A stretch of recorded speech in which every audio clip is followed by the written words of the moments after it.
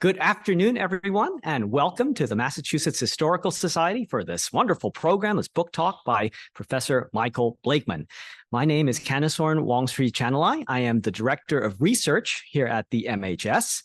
And I'd also like to take the opportunity to thank some of the staff members who make this program possible, for those of us here in the audience and all those of you out there online. Olivia Saya, who's the Public Programs Coordinator, and Chris Coveney, who's our Chief Technology Officer. We'll make sure that everything will be running smoothly for those joining us online. The Massachusetts Historical Society is the nation's first historical society and the home of 14 million manuscript pages and counting. Our mission from the very start in 1791 has been to collect, preserve, and communicate the building blocks of the past for present and future generations. And in keeping with that mission, the MHS is free and open to the public. We welcome people to come visit us and us on Boylston Street here and explore our collections. Check out what's available online as well through our videos and our other collections that are available through there. Our collections span every single period of American history and houses 2.5 presidential libraries. And beyond welcoming researchers from around the world to our library, the MHS is also a major sponsor of scholarly pursuits. Annually, we sponsor and administer over 40 fellowships, both short and long term. And the MHS is also a leader in establishing fellowship programs to promote collections of similar institutions in the region. We are, for example, the founding member of the New England Regional Fellowship Consortium, an organization that now numbers 31 institutions across the region. If you have a research project that makes use of collections in Massachusetts, in Vermont, New Hampshire, Rhode Island, that are part of this consortium, this travel fellowship may be the right one for you. It was certainly the right one for our speaker tonight, who received support from the consortium in 2013. We are always thrilled to see our fellows succeed and turn the primary sources in our holdings into outstanding books, like the one our guest is here to discuss this evening. Michael Blaakman is an assistant professor of history at Princeton University. He earned his PhD from Yale University, and his dissertation received the 2017 Manuscript Prize from the Society for Historians of the Early American Republic. His scholarship has been supported by numerous institutions, including the American Philosophical Society, the McNeil Center for Early American Studies at the University of Pennsylvania, George Washington's Mount Vernon, the Washington Library at Mount Vernon, the Library Company of Philadelphia, and the aforementioned New England Regional Fellowship Consortium sponsored by the MHS. And his essays have appeared in prestigious journals such as the Journal of American History, the Journal of the Early Republic, Early American Studies, and the William and Mary Quarterly. He is also the co-editor of The Early Imperial Republic, From the American Revolution to the U.S.-Mexican War, also out this year, big year for you. And he is here to talk about his first monograph, Speculation Nation, Land Mania in the Revolutionary American Republic. Professor Blaakman.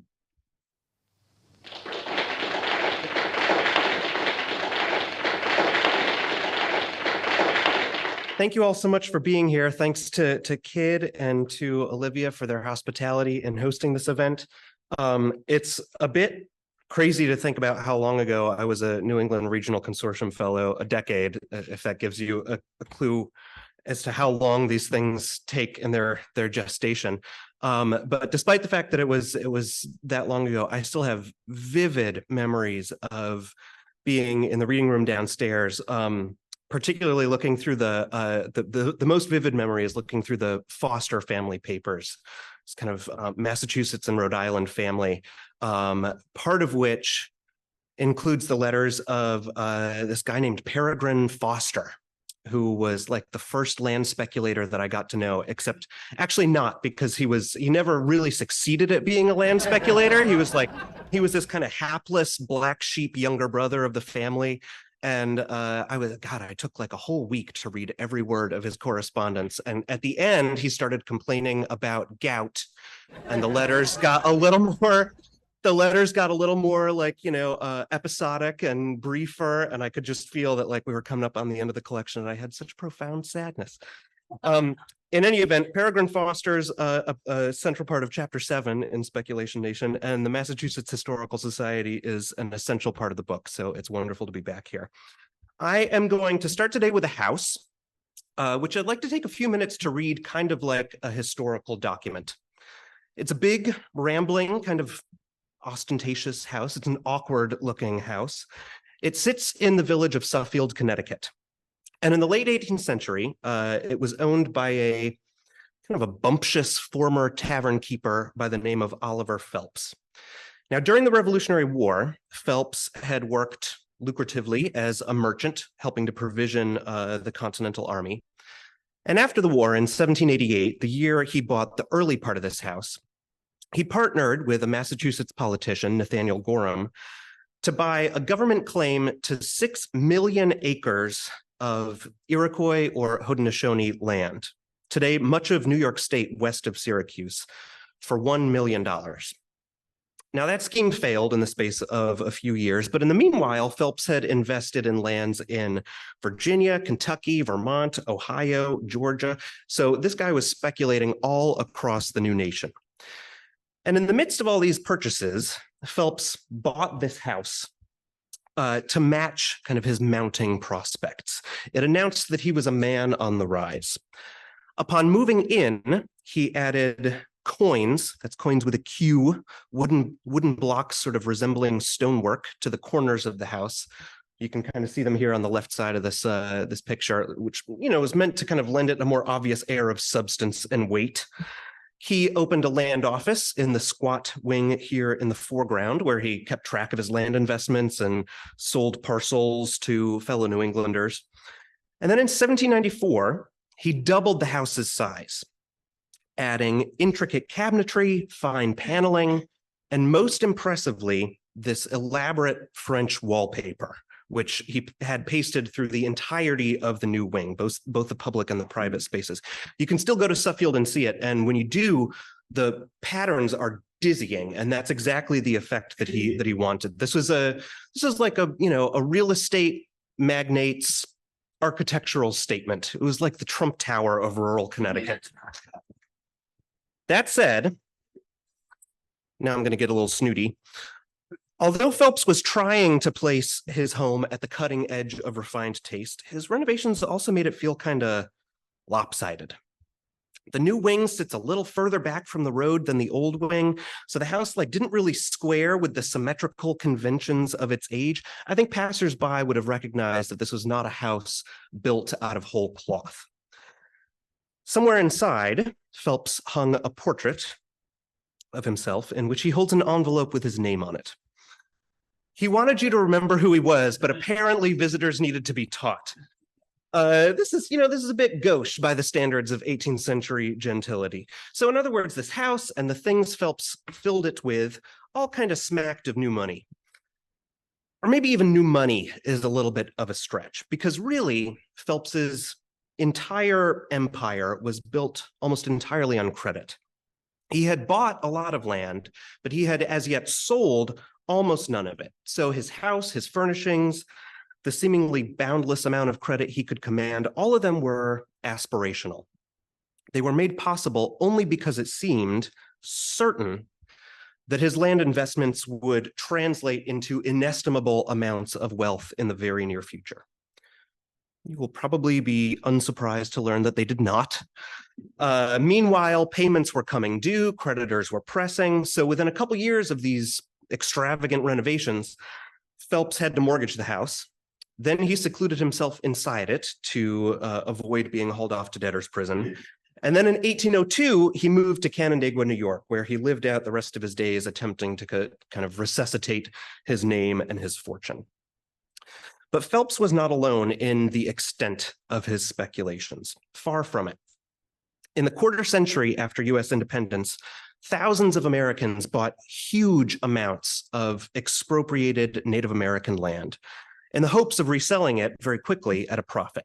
This was a period when it seemed like anybody with capital or access was getting involved in the land business, when speculators are kind of buying and selling tracts at a bewildering rate, when fortunes were being won and lost apparently overnight.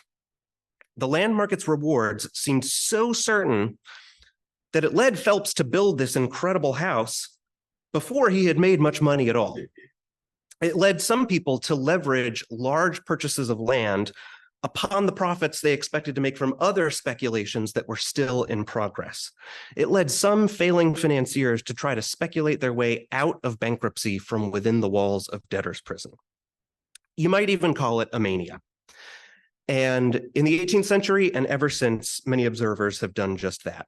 In the 1780s and the 1790s, people used the language of mania, madness, to describe the unprecedented scale and intensity of the land business. They called it a rage, a mere drug. In a Philadelphia magazine in 1798, one writer framed this historical moment quite succinctly. This is a quotation I've gotten a lot of mileage out of. "The land mania is a frequent disease in every part of America," he wrote, like a little bit tongue-in-cheek.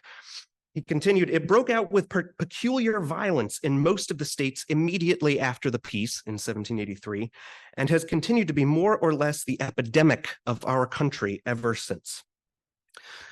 So Oliver Phelps's mansion stands as kind of a monument to this era of maniacal land speculation, a sort of an artifact of certain faith in astronomical future success. And that's why I wanted to start with it this evening.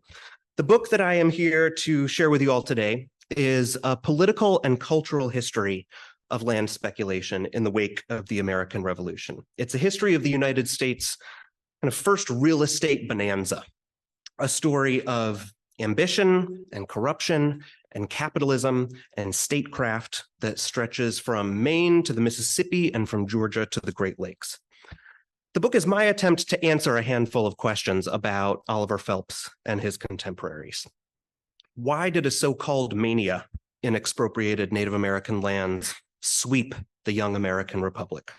Why did speculators buy so much land? Why did US governments, both state and national, decide to sell it to them in such incredible quantities? And what does this all have to tell us about the meaning of the American Revolution and the character of the young United States?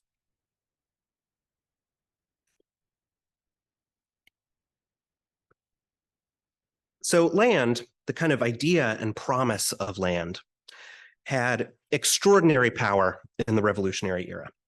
Although the majority of the territory that the new nation claimed was actually owned and controlled by Native people, Euro-Americans nevertheless placed really tremendous faith in that land's ability to solve the problems that plagued their young republic.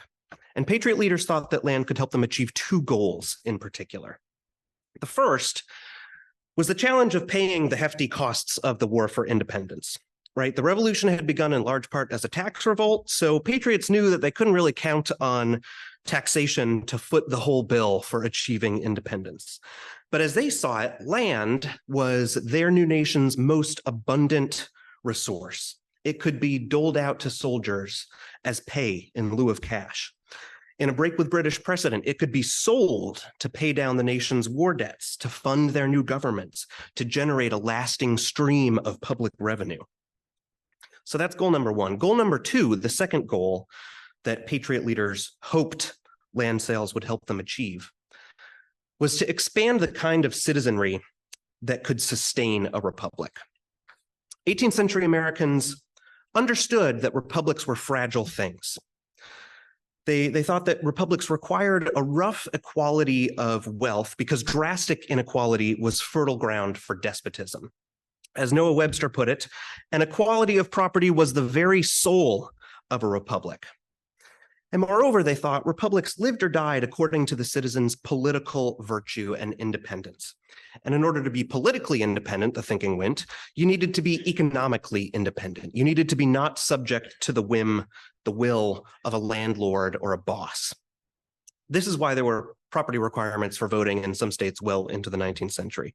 So the ideal Republican citizenry in the Revolutionary era was therefore a broadly equal society of landowning farmers.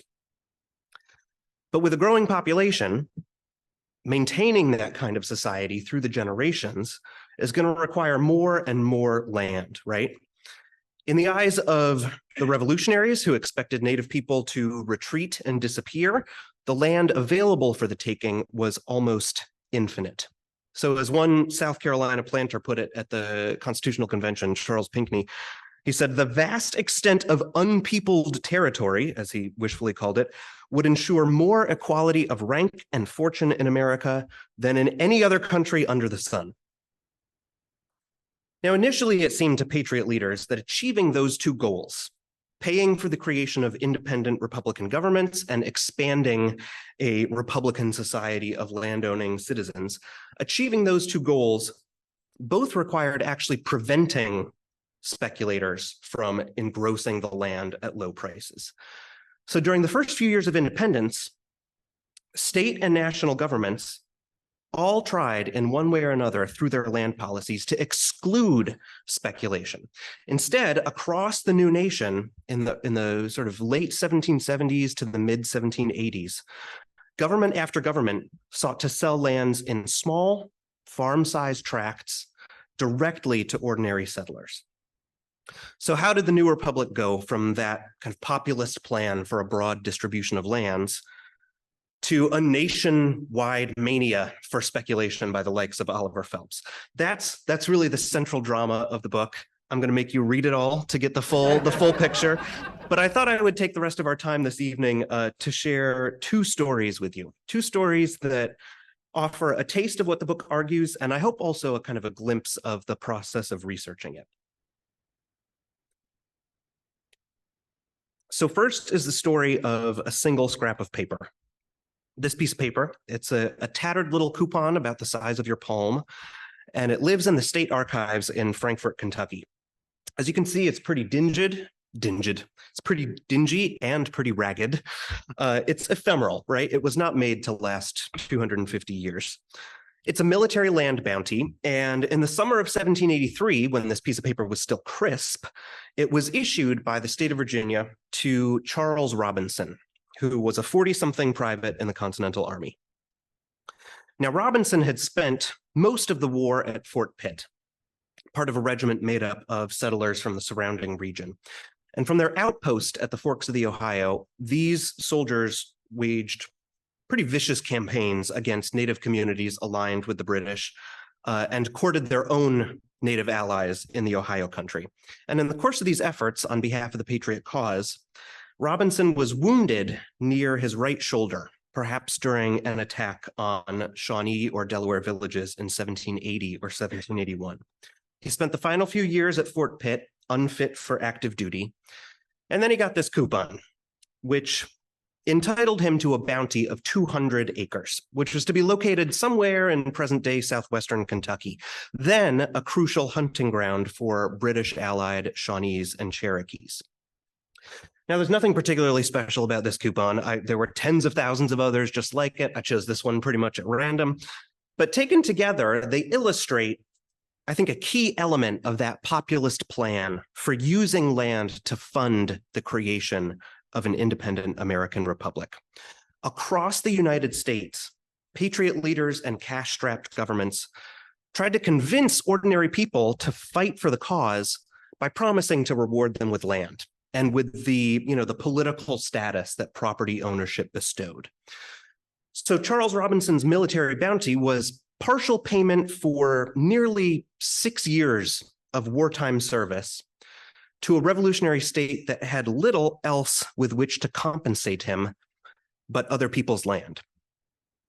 But there were a few flaws in this plan on behalf of the state of Virginia. First was the land's location. This, the region where these tracts could be, these bounties could be redeemed, the region lay like 400 miles from Robinson's home, and crucially, in the very heart of Indian country. This is an era when Native nations west of the Appalachians in particular were tremendously strong when they ruled their territories as independent sovereigns. So settling on lands that they had not willingly relinquished, as this voucher entitled Robinson to do, was a pretty dangerous proposition, and Robinson was not interested in that. The second flaw in this plan had to do with the fact that the Revolutionary War was followed by a severe economic depression. And what Robinson and many other former Continentals really needed was cash, not land. So almost as soon as these certificates were issued, veterans started selling them. And not for good prices, right? Revolutionary era governments were weak. It was unclear whether they'd ever be able to fulfill the promises these certificates represented, whether Virginia would ever be able to make southwestern Kentucky safe for white settlement by dispossessing Cherokees and Shawnees. So when veterans sold these bounties out of necessity, they often sold them for a pittance. And as a result, veterans' bounties like these circulated really widely through the early national economy. They came to function almost as a kind of money, and aspiring speculators eagerly bought them up. Charles Robinson's certificate is a great example of this. The next image I'm going to show you is the flip side, the verso of this certificate. There we go. So just 2 months after receiving it, Robinson signed it over like a check in exchange for goods, or maybe to settle, a debt, to one Francis Holland. And Robinson, who was illiterate, certified the sale with his scribble in lieu of a signature, a jagged kind of two that I like to think hints at the wound in his shoulder, where, according to a local surgeon, part of the bone remained loose. The bounty was sold again 3 weeks later, and then again and again. Over the next 15 years, what you're seeing here is that it changed hands at least 5 more times. And it was finally pooled with 8 other bounties to yield one speculator a tract of 1,300 acres near present-day Bowling Green, Kentucky. And as a material artifact, right, the certificate shows evidence of all that exchange. The purses and pockets into which it was stuffed, kind of smudging its wax seal. The hands that folded it and unfolded it so often that it tore into thirds and had to be taped back together.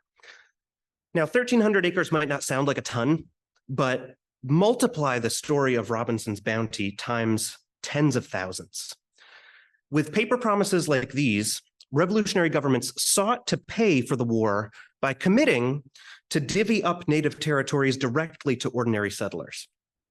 But elite speculators managed to force their way into the picture.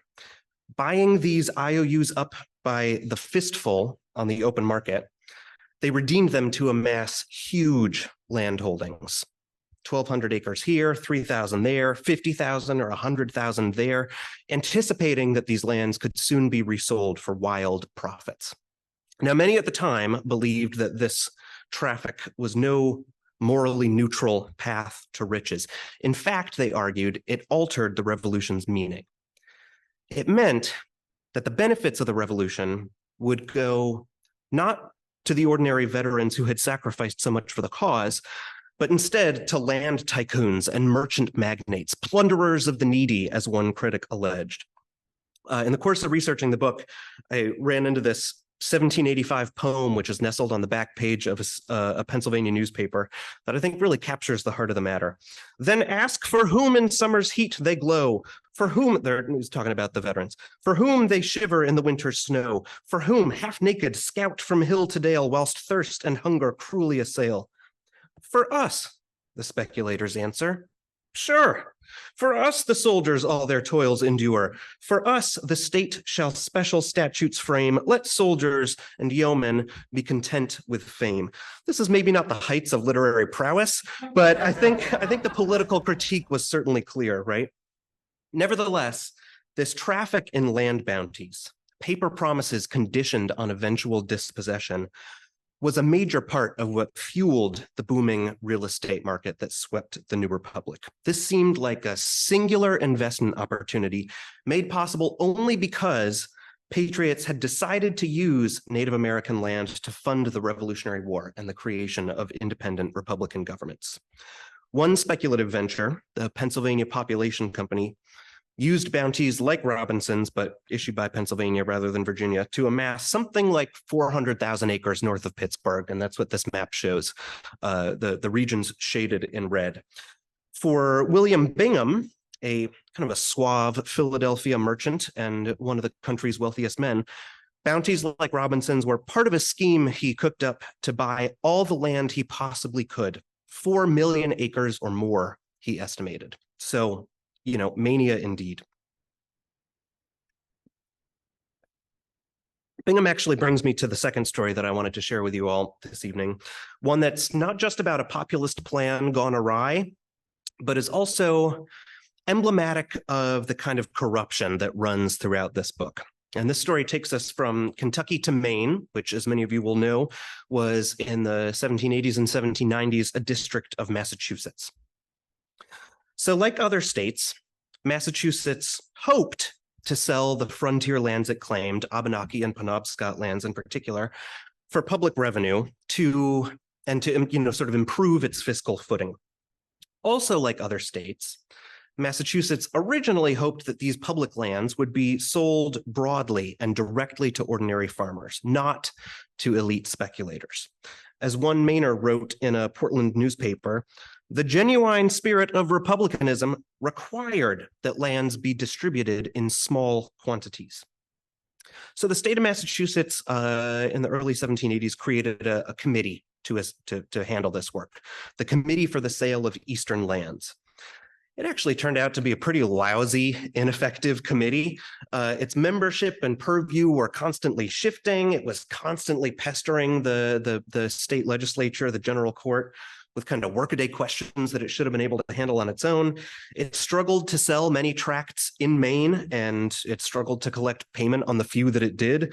It didn't help that they were working with really crummy geographic knowledge. I mean, this map represents basically the state of topographical knowledge of the region of Maine up until the mid 1790s, when a better cartographic enterprise got underway.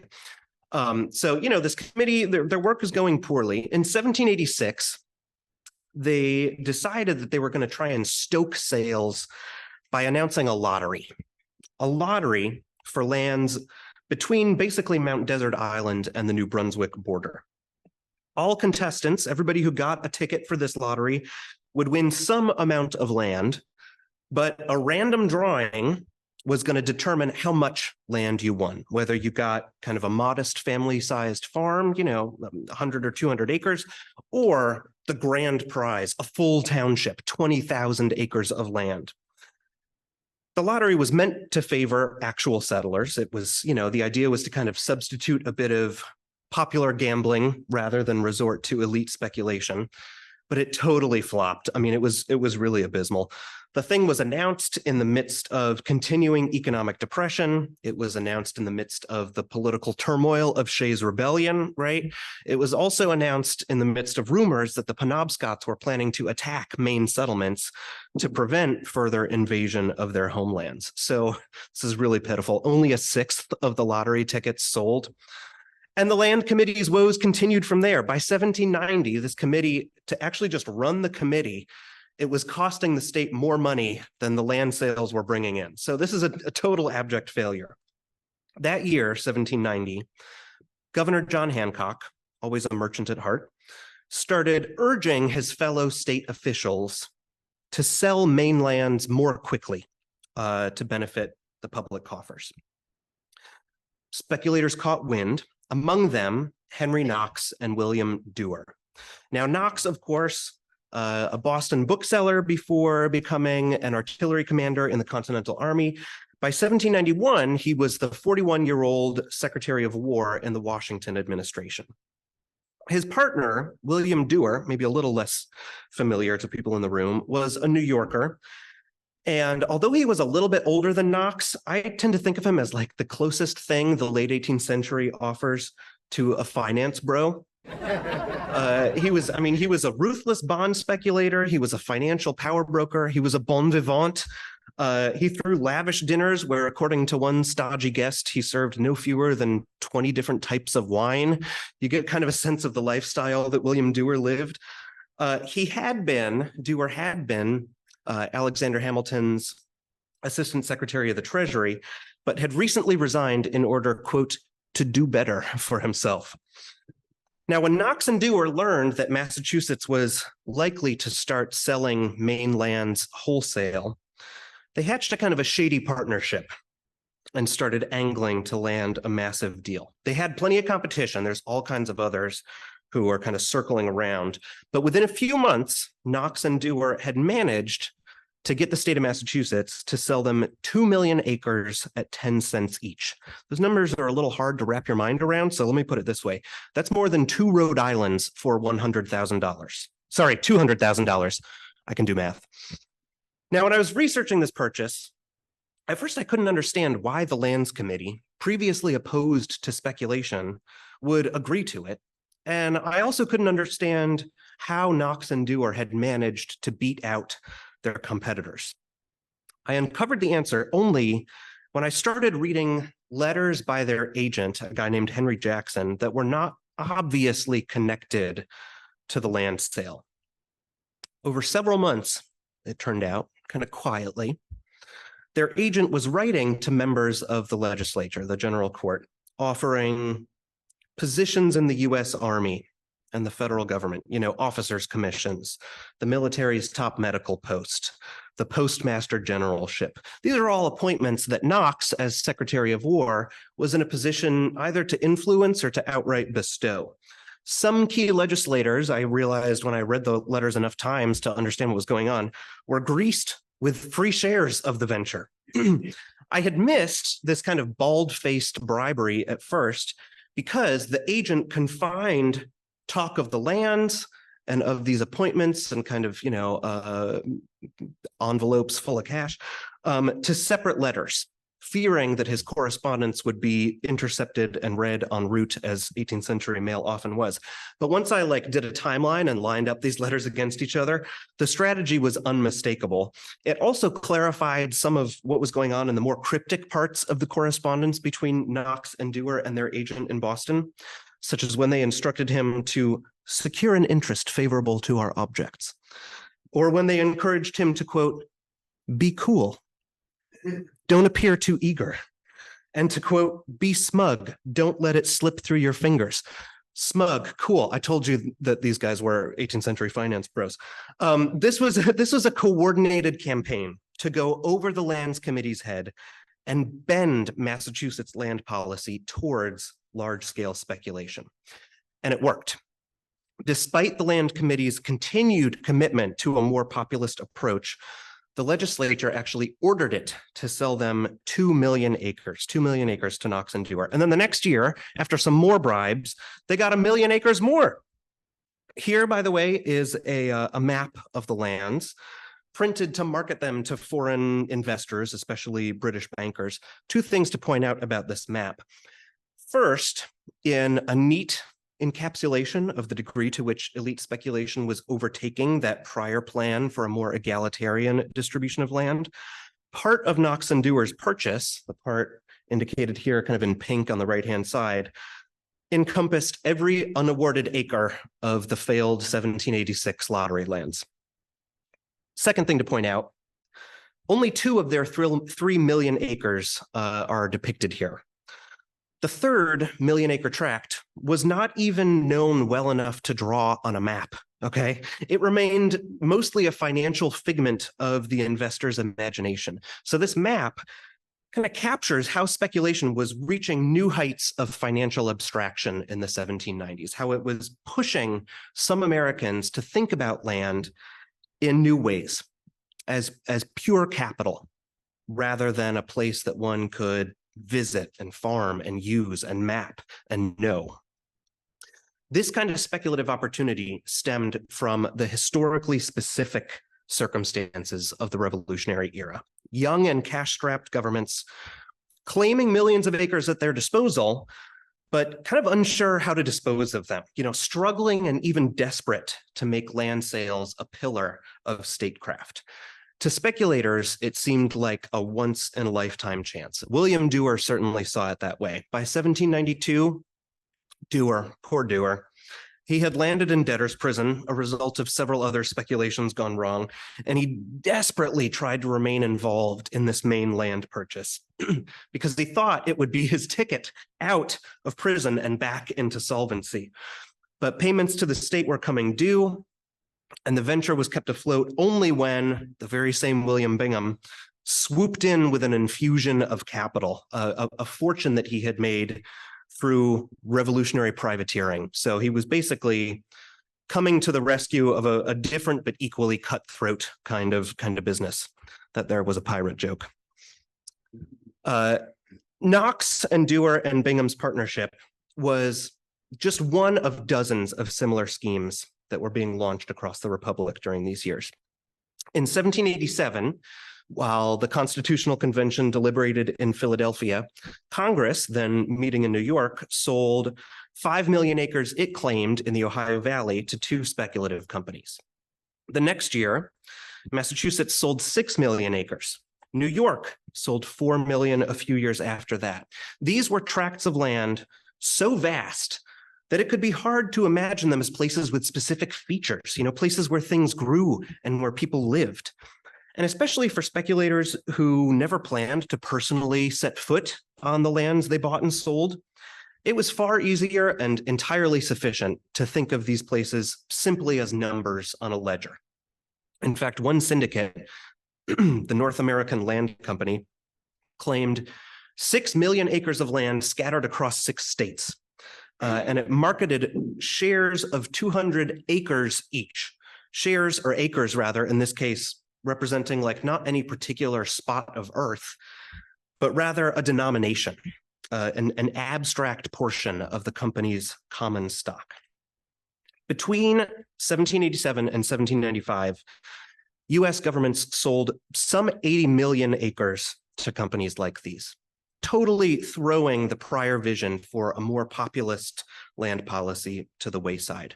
So addicted had they become to the idea of raising public revenue by selling vast swaths of land to speculators that in many cases governments sold huge tracts in regions that everybody involved recognized were still fully owned and governed by native nations. So in other words, they developed ways to financialize native land that was not even ceded yet in advance of its actual territorial acquisition. In a sense, these kinds of schemes were futures contracts. They were a right to eventually own land that white Americans coveted, but that in the moment, US governments did not actually govern on the ground in any meaningful sense. So these preemptive sales, as they're called, they were a new kind of financial instrument, a kind of a literal investment in the future of American expansion. They unleashed speculation across vast new swaths of the continent, and they made eventual Indian removal basically part of the speculator's bet. Now, a lot of the schemes launched during these years were, as you can probably suspect, immensely risky. They depended on credit. They were highly leveraged. They were premised on a very clear set of a kind of pre-Malthusian ideas about population growth, ideas that suggested that settler land hunger would be infinite, that it would be insatiable. But that demand didn't quite materialize as quickly as speculators hoped.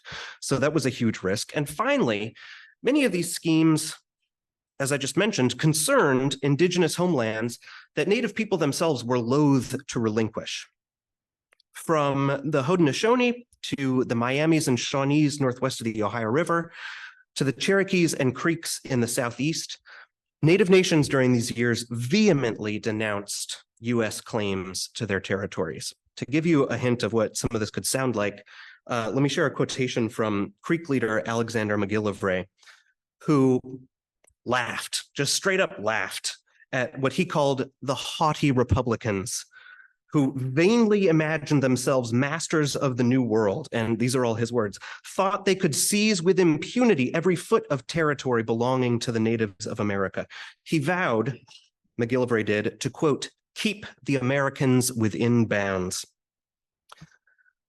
One of my book's key arguments is that the turn from land policies geared toward actual settlers to large speculative sales was driven to a significant degree by native people's ability to prevent US invasion and settlement during the 1780s. So in other words, native power and tenacity during the Republic's early years stymied white Americans' initial plans for Western regions.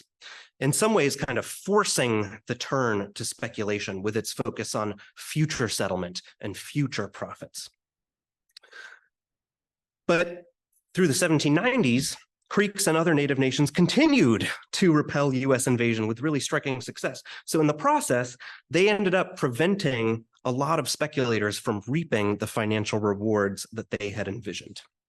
And combined, these risks got many a speculator into some pretty deep trouble, especially towards the end of the 1790s, when a sort of transatlantic credit crunch brought the nation's first wave of maniacal land speculation to a sobering halt. Massachusetts Senator Theodore Sedgwick, familiar guy around these parts, delivered the headline in 1796. He wrote, "The bubble of speculation has burst." In every eastern city, Sedgwick reported, elite speculators were landing one after another in debtor's prison. Towering men were being toppled by what he called the prevailing mania. In Philadelphia, the Prune Street Jail, in New York, the New Jail, became basically kind of crowded dorms for bankrupt speculators. They included some of the nation's leading lawyers and merchants and statesmen, Robert Morris, the Continental Congress's superintendent of finance, James Wilson, one of the first justices of the Supreme Court, scores of others who shared their ambitions and their misfortunes. Despite these failures, though, land mania had, I think, deeply significant implications for the meaning of the revolution. And its consequences were likewise profound. And this is what I'll end on, two concluding thoughts. First, for roughly a century, historians of the American Revolution have, this is going to be like a wild oversimplification, but I'm going to do it anyways, have fallen into one of two broad camps. Some argue that the revolution extended political and economic opportunity, right? That it was, in the final calculus, a democratizing project. And then on the other hand, you have kind of a competing group of historians who contend that the revolution ultimately consolidated individual power and wealth, that what began as a people's revolution ended with a revolt of the elites.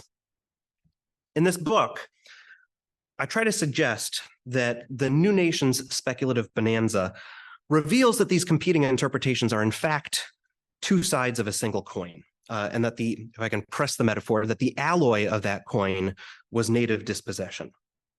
American patriots staked the success of their revolution on the seizure and sale of native land.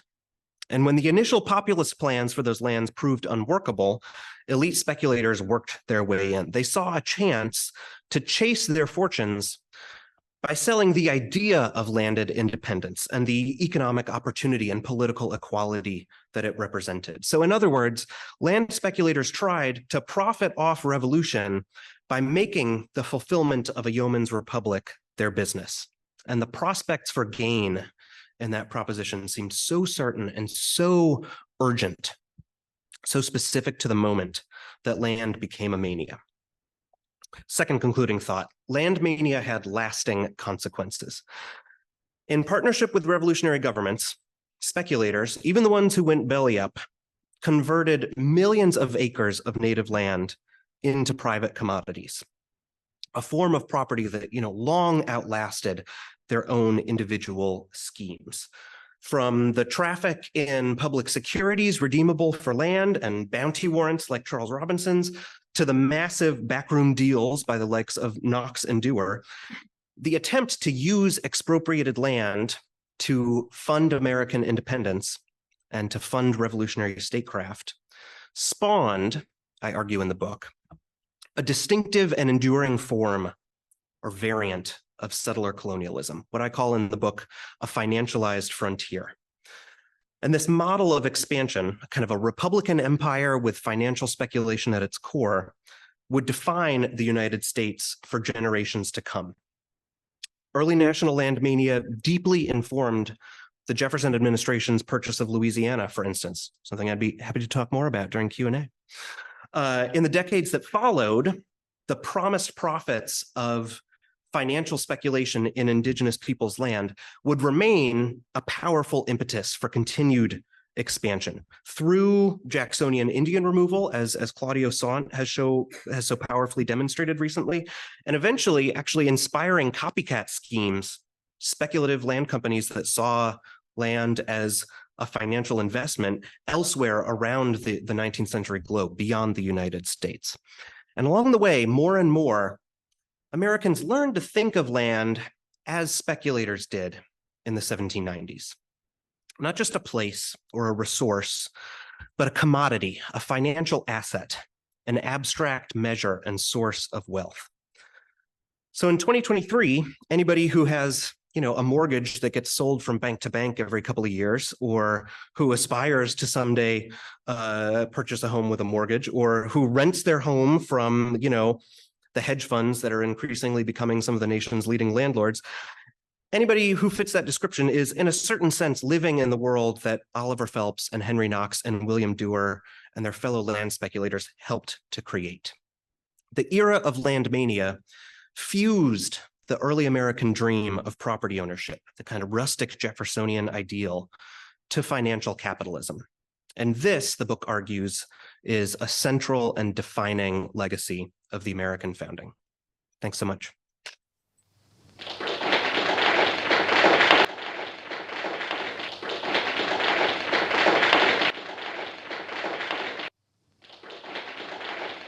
Thank you very much, Michael, for that talk. We're happy to take questions from the audience here in the room as well as online. Folks who are here at the MHS, you walked through our exhibit marking the 250th anniversary of the Tea Party when you came in. Now, this is also the 260th anniversary of the Treaty of Paris, which ends the French and Indian War. And the topic of our conference with the American Philosophical Society in December is about this 10-year period when people go from being very proud Britons to this rebellion. And part of that, I think, has to do with the proclamation line and the desire for land. So I'd welcome your thoughts on this lead up to the revolution, this desire for land moving westward. Yeah, absolutely. So thanks, Kid, for the question. The proclamation line features pretty prominently in the beginning of the book. It's sort of where the story of all this begins. For anybody who's not familiar with the 1763 Royal Proclamation, it was an attempt by the British imperial state to kind of minimize the costs of colonial defense in the wake of this very expensive 7 Years' War that brought all kinds of new territories and new people under the fold of the British Empire, by trying to set a Western boundary for colonial expansion. There's a fabulous recent book basically about these reforms and all the sort of mess that followed them by Max Edelson, a historian at the University of Virginia. It's called The New Map of Empire. So if anybody's interested in the Royal Proclamation specifically, I'd definitely direct you to that book. The proclamation kind of begins a set of, a period where colonial land speculators, people who didn't necessarily think about land as a commodity, but did envision large-scale settlement schemes kind of extending across the Appalachians into the West. The proclamation line begins a period where leading colonists with hands in colonial era speculation are just like continually stymied again and again and again by either these reforms in particular, or by kind of the fickle ministries of George III's early reign. So it's like impossible for them to win over allies in the imperial state. And they by the early 1770s, they're really grumpy. I mean, colonial land speculators had kind of anticipated that you'd be able to make the Ohio country into a new Virginia. And they weren't getting any younger, right? So after 10, 16 years of envisioning a future for themselves and for their colonial societies in the West, the proclamation and its related reforms actually becomes part of the way that American patriots justify the choice for independence in 1776. One other thing I'll say about the Royal Proclamation, historians really do tend to focus on the line that it tried to draw, this line down the Appalachian spine, this western boundary for colonial settlement. There's another dimension of the royal reforms in 1763 that I think is equally important and that kind of tees up a central theme that plays out throughout the book. And that's an attempt to centralize property, what historian Alan Greer would call property formation, the process of taking land and making it into legal property, tried to centralize that process in the imperial state. That was something that used to happen at the colonial level or by colonists' kind of autonomous choices and decisions. But part of the proclamation is saying that no, all future acquisitions of indigenous territory in British America are going to have to be routed through Whitehall, basically, or Whitehall's agents in North America. This sets up a intense debate about how you make property, about how you dispossess indigenous people and turn their homelands into legally alienable, tracts of land. And that's a story that continues to kind of evolve during the era of land speculation, and becomes kind of conjoined with the attempt by early national speculators to engross just vast amounts of land that they can't even control. Do we have a question from online? And then we'll come back to the room. Yes, we do. So we have two similar questions that I'll put together, talking about the legacy of this. How does the speculation craze of the Revolutionary period connect to the later American craze for westward expansion under Manifest Destiny? And how are these actions related to the eventual Homestead Act? Do these come from the same ideals, or does something shift? Those are great questions. So Manifest Destiny, I'm learning that I'm going to get this question at every talk I do. It's a great question because it's like the version of this story that we first encounter in middle school history curricula, and then it comes back when we're in high school and in college.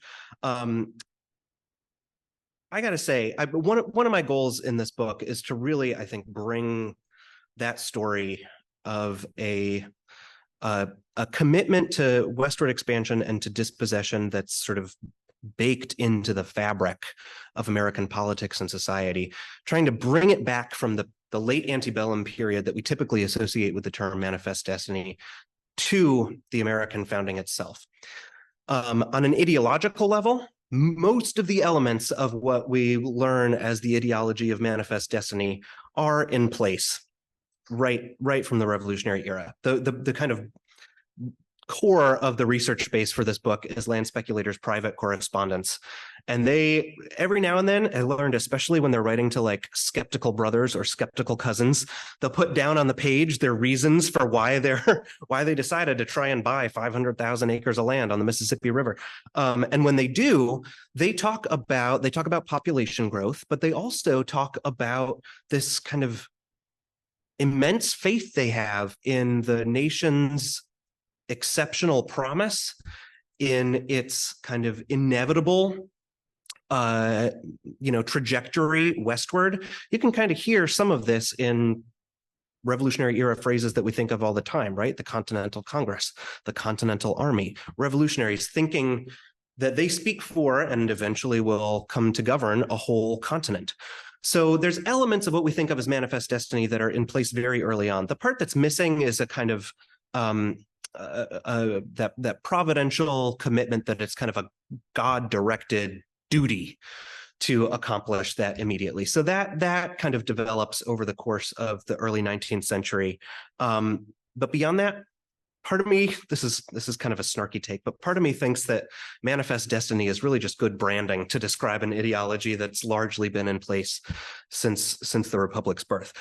That's on the ideological level. But a huge part of my argument in this book is not just about kind of the ideas of westward expansion, but the fiscal need for states to generate streams of revenue, ways of supporting themselves as governing polities by selling land. So that element, the kind of fiscal and statecraft element, as much as an ideological interest or commitment to westward expansion, I think really reveals that the origins of this centuries-long process are really, as I said, sown in the creation of an American state. Abraham Lincoln, when he was a child, his father moved from Kentucky to Ohio where I guess the Northwest Ordinance was in effect in Ohio because of bad land titles in Kentucky. Is that part of this story? It is, absolutely. I'm so glad you brought that up. Yeah, so in some ways, Lincoln's family, when he was a child, were they were refugees of one type of land speculation that wound up in a region governed by a different but equally intense kind of land speculation. The crucial difference here on either side of the Ohio River between Kentucky and Ohio, Indiana, Illinois, is basically about how lands were apportioned.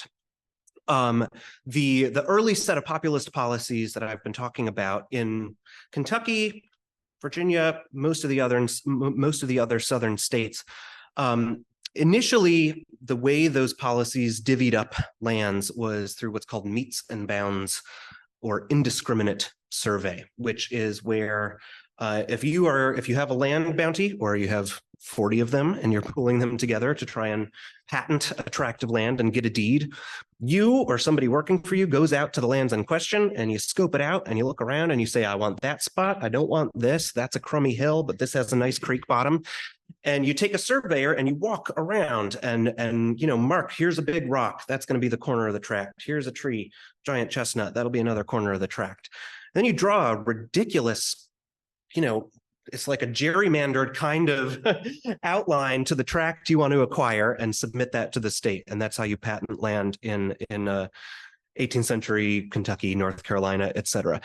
This process, it's very local, it's very messy, it depends on natural features, it does not involve any kind of rational process or centralized administration from the start, and it resulted in this disaster of overlapping tracts and titles and deeds in the Kentucky country, where just constant lawsuits throughout the 1790s and into the early 19th century. So the system of metes and bounds or indiscriminate survey in the South, actually, in part because it was stoked so hard by this period of land speculation, made land titles really unstable.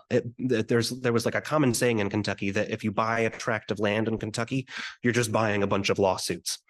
So the Lincoln family, among many others, decided that they wanted to relocate north of the Ohio River into the territory that Congress and later the federal government claimed as the Northwest Territory, where, inspired by New Englanders, the national state decided to implement a different approach. Surveying in advance, the rectangular survey. When I teach about this to my students, I tell them that when you're flying west across the country and the landscape outside your window ceases to look like a crazy mess of roads and irregular fields and starts to look like a bunch of rectangles, you've kind of crossed roughly where the extent of white settlement was in the mid 1780s. The rectangular survey system in the Northwest Territory was initially cooked up as an attempt to apportion lands in ways that would be better for actual settlers. So it comes out of that initial idea that actual settlement is the first goal of land policy. But it turns out that it actually also had an entirely other application, because it helped by being able to draw massive amounts of land from 1,500 miles away. It really helped facilitate the kind of land speculation from a distance that overtook the nation during the 1780s and 1790s. Unfortunately, we are at time. Rest assured that we will make copies of the questions online and send them along to Michael. And folks here, we can continue the conversation as we get going. We want to encourage folks online to visit your local bookstore and pick up a copy of Speculation Nation. The weather here is changing in New England, and that's a reminder the holidays are coming. So these make great gifts. Don't speculate. Go out and just buy it. And for folks who are here, we were supposed to have copies here, but the press has not sent them to us in time. So what we're going to do instead is we have these, let's call them coupons. They're actually book plates. But I'm sure Michael will be happy to sign them, and they are a promise. Little too. Yes, that's right, and a promise that you're going to go out and buy a copy at your local bookstore as well. So, Michael Blaakman, the book is Speculation Nation. Thank you for joining us. Thanks all. Thank you so much, Tim. Thank you.